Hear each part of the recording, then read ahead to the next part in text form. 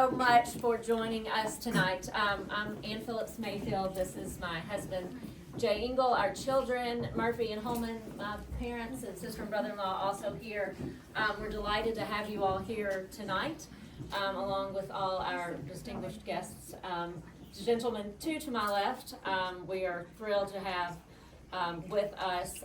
As you know, the last few years, he has seen everything imaginable and unimaginable: pandemics, floods, hurricanes, landslides, just you name it. And he has led every one of us and this state with compassion and integrity, and just met people where they were and tried to help every situation and every circumstance. And then in the middle of that has also brought us to some of the lowest unemployment rates we've seen, some of the best records of entrepreneurship and private investment projects and economic development. And I hope that I'm correct in this stat that last year, third nationally in economic development per capita. Yep. So, but yet continues to do all of that in the midst of, as we all know, some of the unfortunately ugliest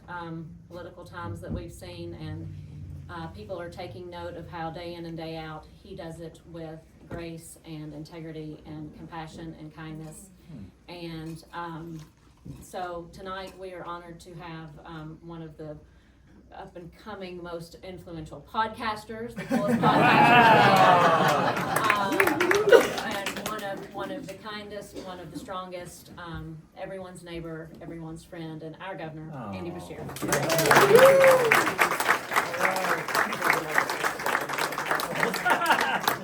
Well, first, let's thank our host for opening their home and throwing such a good event.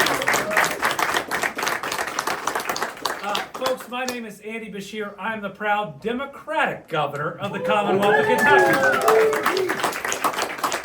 And I'd like to think that I am living, breathing proof that when you run the right way, when you run for the right reasons, when you govern with compassion, when you deliver results, that you can win regardless of what party is behind your name in any part of this country or in any part of this state. But tonight, I'm here for a different reason. I'm here because at a time when our democracy is under attack, at a time when the majority party in Congress will not stand up and do their job, will not be a check and a balance. The judiciary, from the federal to the state level, is more important than ever.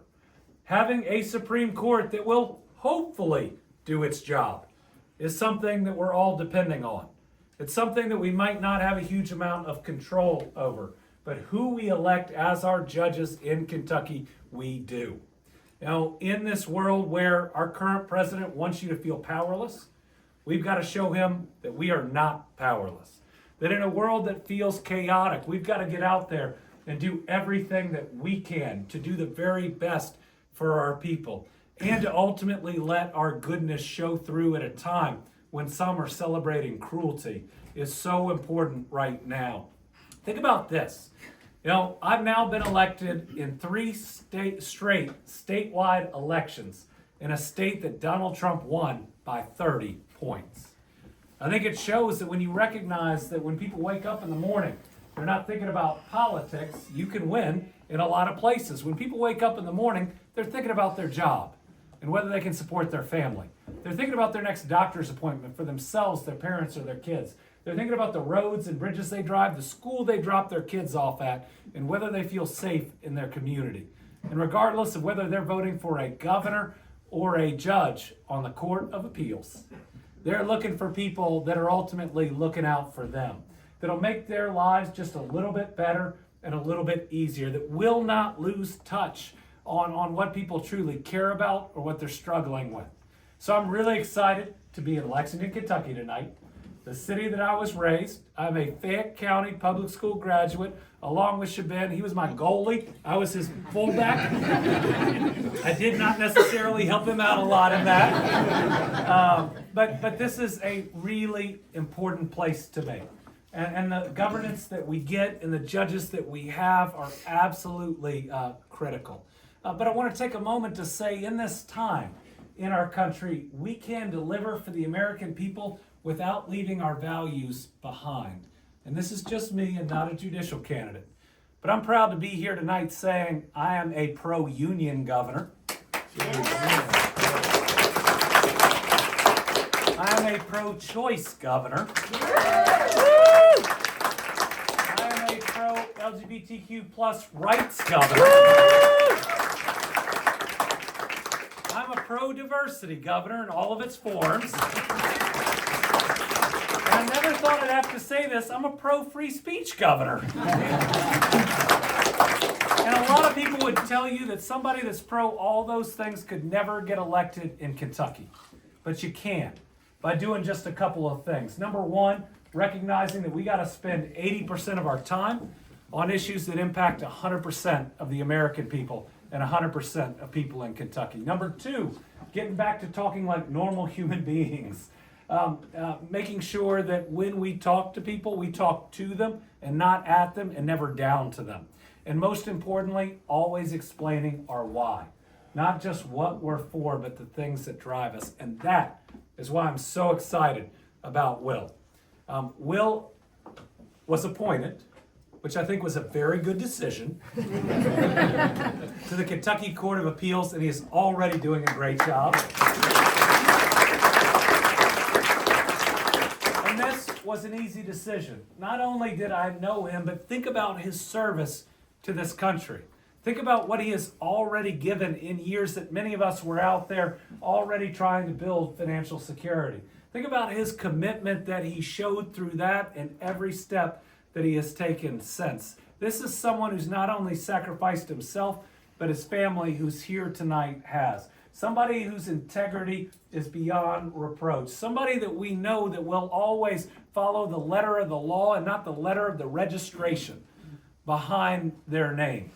Right now, at a time where we're worried that some judges try to side simply with people of one party, we want people that will stand up and make sure that the judicial branch is independent and that ultimately does its job. And we are all convinced that Will is the guy that will make that happen. And let me just say, I like Will so much that my son is named Will. Though I did not know him then. But I want to thank each of you who are here tonight. Thankfully in Kentucky, we run our judicial races in a way to where they can be independent, and he is an independent judge. It means he cannot ask you for money, but I sure as heck am going to. I wish this wasn't the case, but to win elections takes dollars. So if you are here tonight, I need you to give. Whatever you can give. And if you haven't given what you can give, I need you to give more.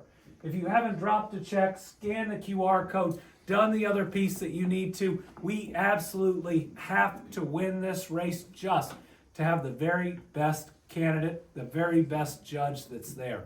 I mean, remember, the Court of Appeals makes decisions that ultimately impact all 120 counties. Getting it right, making sure you have the people with the right heart and the right mind who make the right decisions is absolutely critical to making sure that each and every one of your constitutional rights are protected each and every day. So with that, let me give you the judge that's going to make that happen, Will Moynahan.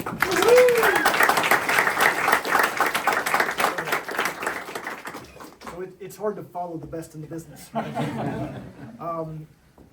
It's so humbling to be with all of you coming out on a random Thursday night in November to support this effort. I really appreciate it. I want to thank Ann Phillips and Jay for hosting, certainly the governor. I've been around a long time, enough to know a good leader when I see one. And this gentleman has been the best leader this state has had in a long, long time. And we've benefited from that for 6 years, and thank you, Governor. Appreciate that. Thank you. I want to thank, Can I tell my dad? yeah. I want to thank my wife Elizabeth, who's here tonight. Yeah. Our two daughters, 12 and 9, both in the Fayette County Public Schools. So it's a school night, so they're at home. Good. Probably doing homework. My mom's watching them tonight, but you know, it's part of the reason that I'm in this race is because I look forward to the future of what they're going to grow up, and I'm concerned, right? I'm concerned about that. So it's one of the reasons I'm willing to still do things in public life. So I'll tell you a little bit about myself, just because some of you know my background, some of you don't. I grew up in Laurel County. Yep, all right. That's some old times back then. My parents are from Jessamine County, but my dad opened up a pediatrics practice in the 70s. He was a small town doctor, and I learned a lot from him because, his practice was majority Medicaid, but yet he met people where they were. His patients, he always bent over backwards to do everything he could for his patients. He worked really hard in a solo practice, and I saw that. I saw the dedication that he had for them, and I saw that he treated everybody with dignity and respect, and I took that on board. I graduated from South Laurel, and then I went all the way up. I don't think there's a big Harvard crowd here, but I went all the way up to Cambridge to go to, and really, I wanted to get up there and see if I could, I was always a big fan of John F. Kennedy, and I wanted to see if a young Kentuckian could survive at Harvard and do all the things. And it was everything I thought it could be.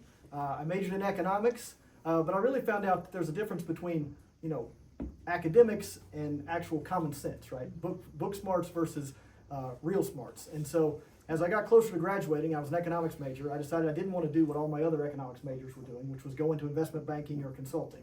And this was the 90s, and a little movie called Top Gun had come out when I was 11 years old. And so in the back of my mind, I thought, what could I do that would be more interesting and more fulfilling than investment banking? And, one thing led to another, and sure enough, after graduating, I was getting mashed by a Marine drill instructor down in Pensacola, Florida, going through officer candidate school. So I could fly jets, because I pursued what I call a regret minimization strategy, meaning I knew I could go to grad school or law school later on, but I couldn't go back and fly jets for the Navy later on. And that's what I did. I did 10 years on active duty flying missions while I was in flight school. Thank you. When I was in flight school, 9/11 happened, and at that point we knew we were going to be on a war footing. Everybody in my squadron knew it, all the folks going through training knew it, and sure enough we were. We were at war for the better part of 20 years. But I flew missions in Iraq, did that, and certainly the scariest part might have been landing on the ship at night. We get to where you enjoy landing on the carrier during the day, but nobody ever asked for an extra night trap. Got plenty of those. Transitioned to the reserve in 2009 and went to law school to use my other half of my brain and to get back on track, so to speak, and pursuing something different professionally. Really enjoyed, not maybe the first year, but really enjoyed learning how to get into a legal issue, how to research and write, and then had the pleasure of working for Judge Eugene Seiler on the Sixth Circuit coming out of law school. There's no finer individual on our federal courts. In fact, he just celebrated 50 years on the bench last week. He was a great person to work for, and a great person to actually learn the things that are really applicable in the job I have now on the Kentucky Court of Appeals. And so that was a great experience. And then from there I went back to DC to work for the Department of Justice. Back then there was a program called the Honors Program that would take young law school graduates or people coming out of clerkships and hire you right into the Department of Justice. That has since gone away, thanks Elon Musk. But it was a great program. I enjoyed it. And then in 2018, after being there a couple of years, I got the call that Navy reservists you sign up for, but you don't always expect that you're going to get called back to active duty. So I was called back involuntarily to go spend a year in Africa. Now, I'll have to say, that's not the call that you want to, or that's not the news you want to share with your wife when she's pregnant with your second daughter. But we were able to have the baby, and then I deployed after that for a year, managing a base that we have there in the Horn of Africa. Coming out of that, I finally was able to find a job in Kentucky working for the Department of Justice, here in Kentucky doing fraud cases, which was amazing work here in the Eastern District of Kentucky. I love that work and really had an enjoyable time doing trials and all the things that normally go associated with that. And then November happened last year. Now the good thing with November last year was that we elected Judge Goodwine to Justice Goodwine. And Pam has become a friend and a mentor to me, and her office is right across the hall from mine in the Fayette Circuit Courthouse. But that created a vacancy, and I was interested in that vacancy because the Department of Justice, I mean, it's hard to put this diplomatically, but it's taken a turn, right?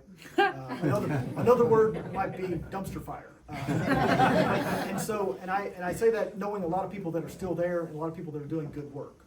But I wasn't prepared to stick around there, and this has been the honor of my life to serve as a judge on the Kentucky Court of Appeals for the last 6 months. So I want to thank you all for being here. I'll just say a couple things. We don't take policy positions as judges. We don't have platforms that we run on. But I believe in the rule of law. And I realize how bonkers that is to say that out loud as a judge.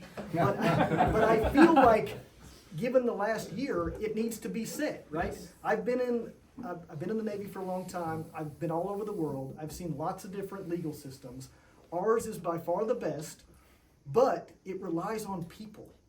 The paper, the documents, the statutes, the parchment, it's only as good as the people that fulfill those laws and those statutes. We have to have good people. We've seen a lot of people who've taken oaths and then other things happened, right? So it matters who the people are. I believe we have three co-equal branches of government. Again, it's a 7th grade civics lesson. Why is this hard? And yet I feel like the need to say that out loud, because the courts, we don't have an army, we don't have financial resources, we don't have all the things that the other branches have. We rely on the respect of our opinions, on the respect of the population. It's an incumbent upon us as judges to maintain that, but as a society as a whole, we have to understand judges can't fight back. They're not to be attacked and slandered and all the other things. I won't get into all that, but I believe that we have three co-equal branches for a reason. And lastly, I believe in public service. I won't recount everything, but you've heard me go through it. Most of my life since I graduated from college has either been serving for the Navy or serving in the Department of Justice. And there's no, frankly, a bigger honor in court to stand up and say, I'm Will Moynahan and I represent the United States. And we're into trying times right now, and public service should be respected, not denigrated. But it's now in this position that I'm in right now that I know I'm in the right place at the right time to do the most good. And I thank the governor for appointing me. I thank all of you for being here tonight. I'm going to need your help because this is going to be a tough campaign over the next year. I'm going to work as hard as I can. My family is going to have to sacrifice, they already are, for me being gone and doing all the different things. But it's going to take an army of people to help me. And I certainly appreciate all of you being here tonight. And I hope to gain your support moving forward. Thank you.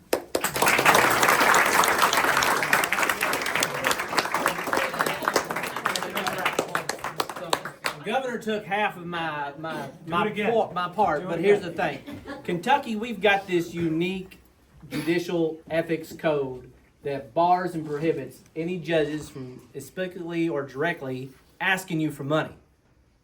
I don't have that rule. I can ask you for all the money. So please. Up to the limit. Up to the limit, which is $2,200 per individual. If you're married, you can do $4,400 in the primary and in the general. And Will, you see Will, the other Will here in the background. If you got questions, he'll help you. We'll get you the money. But if you've already given, thank you so much. But here's the real deal.